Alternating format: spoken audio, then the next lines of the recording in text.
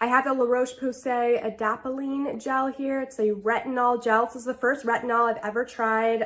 It was highly recommended to me, so I gave it a go. And it has been so helpful in reducing my overall acne and just making my skin feel so much smoother. Like, I don't think I've ever had my skin be this smooth since I was like a child, probably. You get a lot in here. I know it feels like this is like a small bottle. It's 1.6 ounces, but I'm using like a pea-sized amount of it at a time. I use it once a day. They say to use it once a day, and I use it once a day at night, so on clean skin. And then I put this on, and then I follow up with my moisturizer after I feel like it's set in. It's just a clear gel here, you know, kind of translucent, rubs right in. It doesn't feel sticky, it doesn't feel greasy. I find it just fully sinks down into my skin. I didn't have any irritation with this whatsoever. I've been using it once a day for a couple of months, and the overall texture of my skin has been wonderful. I'm getting way less pimples, and when I feel like if a pimple is starting to brew, this is just zaps the light out of it. Again, I just use it once a day at night on clean skin, followed by a moisturizer.